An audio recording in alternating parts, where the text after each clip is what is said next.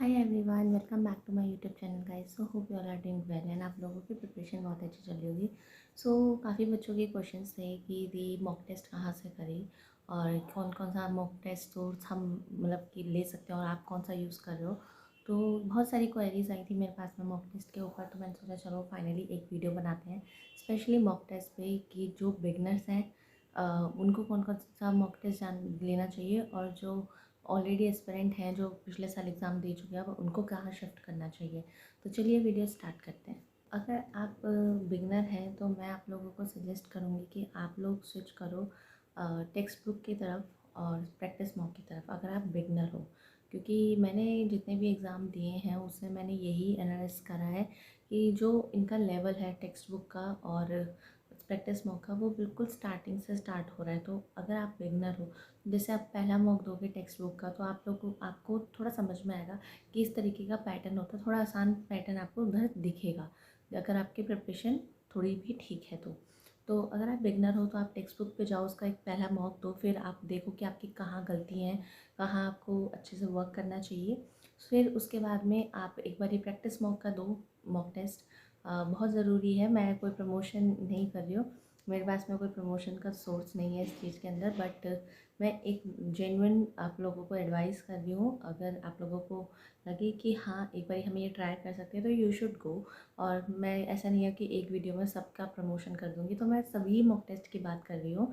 तो अगर आप बिगनर हो तो go for the practice mock and the text book. और टेक्स्ट बुक के अंदर आपको बहुत अच्छा मतलब कि मिल जाएगा, वैलिडिटी भी काफ़ी टाइम तक मिलती है उधर। मेरे उसकी वैलिडिटी अभी भी कुछ 1000+ डेज़ की है। मैंने पिछले साल लिया था, तो काफ़ी टाइम है उसके अंदर।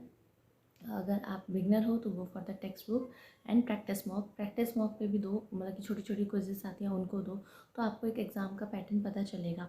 और live mock test practice mock पर चलते रहते हैं, तो आप वो भी दे सकते हो। हर वेडनेसडे को, ट्यूसडे वेडनेसडे में एक लाइव मॉक टेस्ट आता है इस अपकमिंग एग्ज़ाम का, तो आप वो दो, आपको पता चलेगा आप ऑल इंडिया लेवल पे कहाँ रिलाई करते हो। ठीक है, उसके बाद में हम बात करेंगे अंडर 24/7 की। अंडर 24/7 का आज तक मैंने कभी मॉक परचेज़ नहीं करा है, लेकिन हाँ उसके जो क्विज़ेस आती हैं फ्री की क्विज़ेस वो बहुत दिए हैं। तो अगर आपको मतलब कि आप खाली बैठे हो और आपको लगता है कि थोड़ा मतलब कि छोटी मोटी हम क्विज़ लगा सकते हैं, तो आप अंडर 24/7 की क्विज़ेस लगा सकते हो। 15-15 मिनट की, 8-8 मिनट की, पर्टिकुलर एग्ज़ाम के अकॉर्डिंग है, तो आप उसको लगाओ और देखो कि आपकी प्रैक्टिस कैसे चल रही है। सेकेंडली उसके बाद में मैं बात करूँगी जो बच्चे ऑलरेडी एस्पिरेंट हैं उनको क्या करना चाहिए। सी, अगर आपको बहुत टाइम हो गया प्रिपरेशन करते हुए और आपको लगता है कि हमारा सिलेक्शन नहीं हो रहा है अभी तक, तो अभी अगर आपका बेसिक तो इतने सालों में खैर क्लियर हो ही चुका होगा, तो आपको क्या करना है, अब आपको जाना है ऑलिव बोर्ड पर।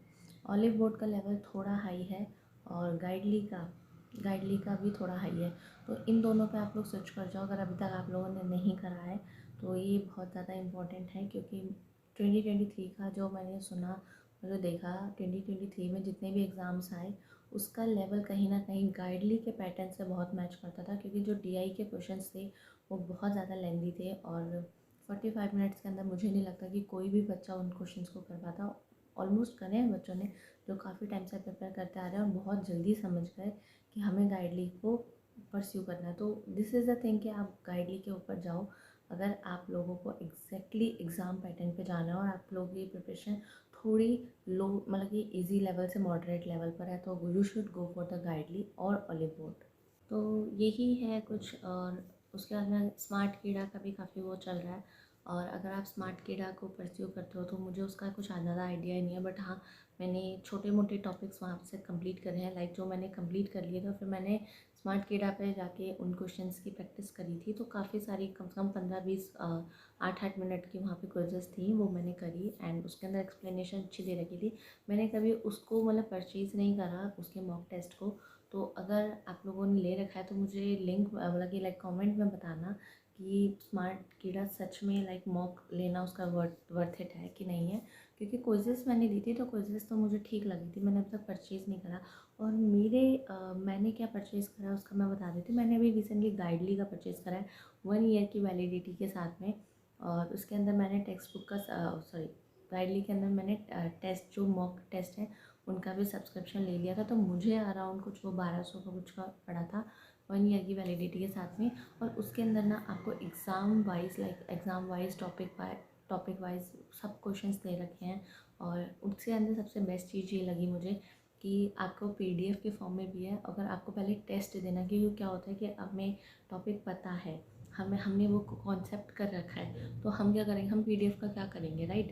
तो हम क्या करेंगे, हम उसका टेस्ट देंगे, जहाँ गलती होगी फिर हम उसको एनालाइज करेंगे।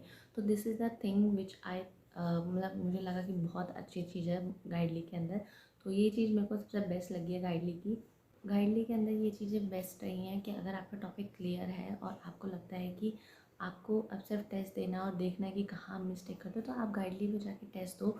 और अगर आपको क्वेश्चन समझ में नहीं आता उस चीज़ का कि और आपको सॉल्यूशन दिखने के बाद में भी नहीं मिलता, तो उसके अंदर वीडियो का ऑप्शन भी है कि आप पर्टिकुलर क्वेश्चन का वीडियो देख सकते हो, सॉल्यूशन देख सकते हो। तो ये चीज़ मुझे बेस्ट लगी, तो मैंने अभी रिसेंटली गाइडली का परचेज़ करा है और मैं काफ़ी प्रैक्टिस उधर से ही कर रही हूँ अभी तो।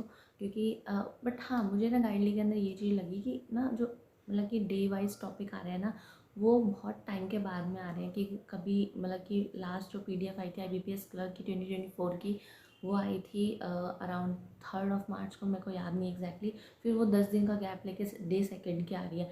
तो मुझे ये चीज़ थोड़ा सा वो लगा कि मतलब एक साथ मिल जानी चाहिए ताकि बच्चे काफ़ी प्रैक्टिस करते रहें। लेकिन हाँ, आप लोग कर सकते हो टॉपिक वाइज और टेस्ट लगाओ, और उसको फिर टेस्ट को अगर नहीं समझ में आया तो फिर आप वीडियो सॉल्यूशन देखो, ठीक है। और मुझे बेस्ट लगा गाइडली का, बट क्वांट मुझे थोड़ी हाई लेवल की लगी। तो बट वही बात ना कि क्वांट हाई लेवल की होगी तभी आप लोग मॉडरेट लेवल की कर पाओगे, और वहीं से प्रैक्टिस करो। और टेक्स्ट बुक का मुझे बेस्ट लगा, टेक्स्ट बुक पे आप जा सकते हो, वहाँ पे आपको sectional wise, topic wise, chapter wise, prelims mains सब मिल जाएगा, सब कुछ अवेलेबल है वहाँ पे।